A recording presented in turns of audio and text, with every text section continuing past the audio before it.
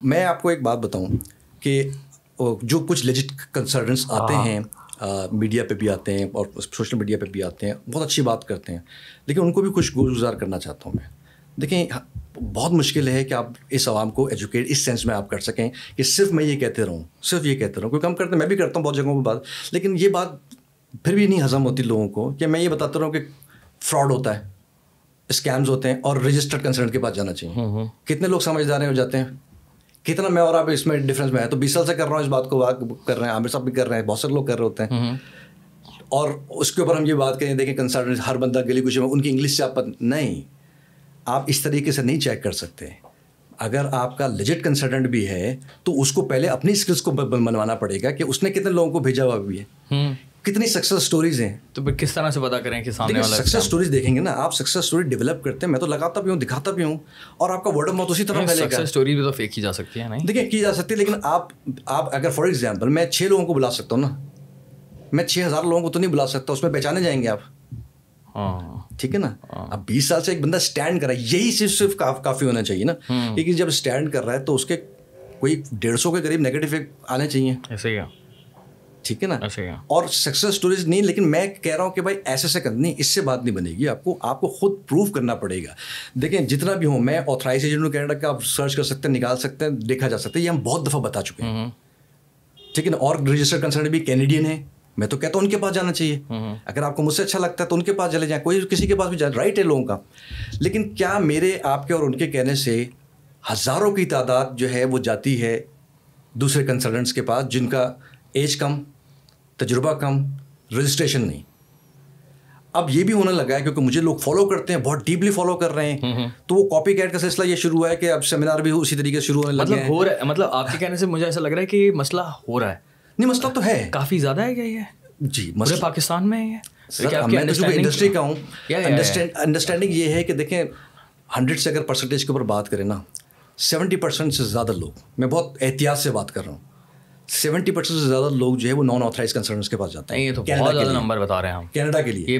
ये इतना ज़्यादा नंबर है जी। उसकी वजह आप देखें ना, अब जब बात कर रहे हैं, रजिस्टर्ड भी बेचारे बात कर रहे हैं, रजिस्टर्ड भी बात कर रहे हैं, लेकिन उनका असर तो नहीं हो रहा। इसलिए नहीं हो रहा, देखिए आपकी फीसें ज़्यादा है, फिर आप खुद भी कह रहे हैं एज अ रजिस्टर्ड कंसल्टेंट, मैं भी कह देता हूँ कि भाई अगर आप खुद से काम कर सकते हैं, खुद से एप्लीकेशन बना सकते हैं, there is no need of a consultant. आप खुद अप्लाई कर दें।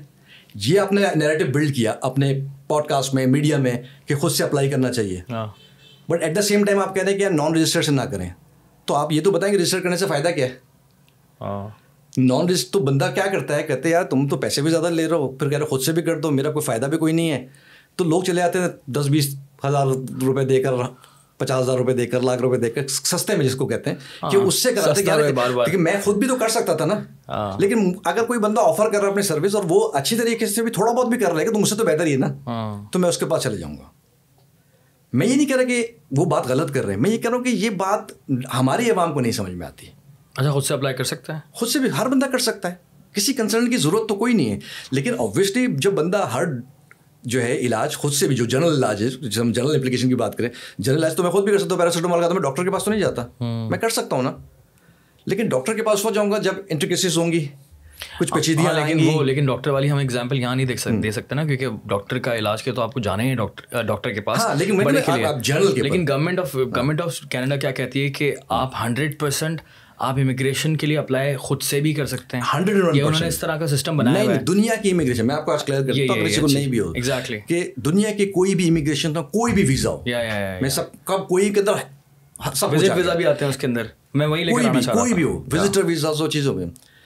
पहली बात, एक और हवा चली, उसको मैं एड अप कर दूँ, फिर आपको बताऊँ। हवा चली वो पाकिस्तान के ऊपर से लेके यहाँ कराची तक, विजिटर वीज़ा इतना बिका है, पिछले आपको पता हालात ख़राब हुआ है, पॉलिटिकल ये वो दिस एंड दैट, लोगों ने भागना शुरू किया, कैसे जल्दी चले आए 2 महीने 3 महीने में।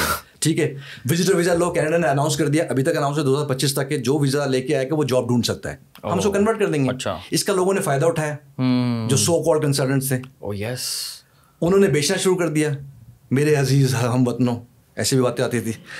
तो फिर वो क्या करता है, भाई आप प्राइम मिनिस्टर थोड़ी हो जो आप मेरे अजीज, मतलब कनाडा ने खोल दिया, नहीं बोलता मेरे अजीज मत रो, बाय द वे। तो आप जो तो वो आप जो है ना लोगों को आप बेवकूफ़ बना रहे हैं पहले तो, क्योंकि आवाम के पास शऊर नहीं है।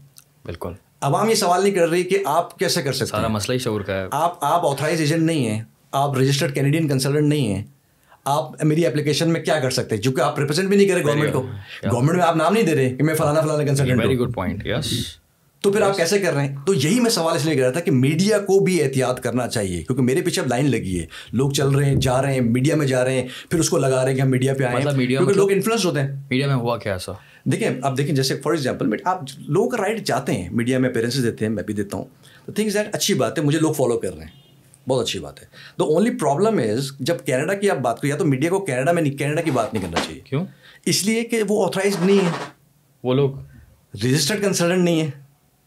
अगर रजिस्टर्ड कंसल्टेंट हो तो तब आप बने, तो आपने इसका मतलब ड्यू डिलिजेंस नहीं की।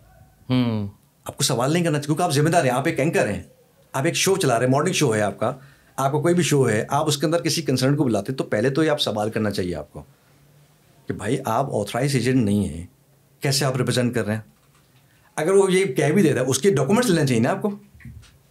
अब मेरा मिसाल है, फॉर एग्जाम्पल आप कुछ भी नहीं करें, मेरे पूरी वेबसाइट को लोग अक्सर पूछते हैं आपको चेक करना है, तो मैंने क्या काम किया शुरू से ही, वेबसाइट के ऊपर वीडियो बना के डाली हुई है कि how to find out authorise agent. जैसे और रजिस्टर्ड कंसल्टेंट्स को आप कर सकते हैं कनाडा की, तो गवर्नमेंट की वेबसाइट पे आ गया ना, तो मैंने तो नहीं वेबसाइट बनाई वो, लेकिन मैंने ऑथराइजेशन ली है ना RCIC से। तो RCIC को तो आप रिप्रेजेंट ही RCIC कर सकते हैं, रजिस्टर्ड कैनेडियन इमिग्रेशन कंसल्टेंट। ठीक है। अब ये आवाम को नहीं पता चलेगी। कई अरसे से हम बात कर रहे हैं, कई लोग आपके पास आके बात की कि भाई ये इस तरह से होना चाहिए, क्या फ़र्क पड़ा?